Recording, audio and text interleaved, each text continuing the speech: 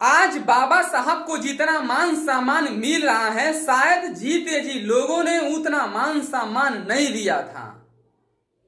आपको पता होना चाहिए कि 20 से ज्यादा राजनीति पार्टियां बाबा साहब के नाम पर राजनीति की दुकानें चला रही हैं।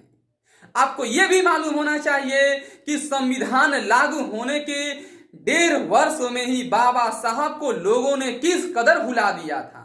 जब 1951-52 के आम लोकसभा के चुनाव हो रहे थे तो बाबा साहब ने अपनी एक अलग शेड्यूल कास्ट फेडरेशन नाम की पार्टी बनाई और 10 राज्यों के 35 लोकसभा सीटों से चुनाव लड़ी, जिसमें से 2 सीटों पर जीत हासिल की और 14 सीटों पर पार्टी की जमानत जब्त हो गई।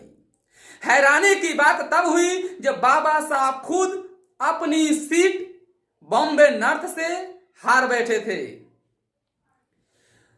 और फिर जब उपचुनाव हुआ 1954 में, उसमें भी बाबा साहब बादरा सीट से भी अपनी सीट गंवा बैठे थे।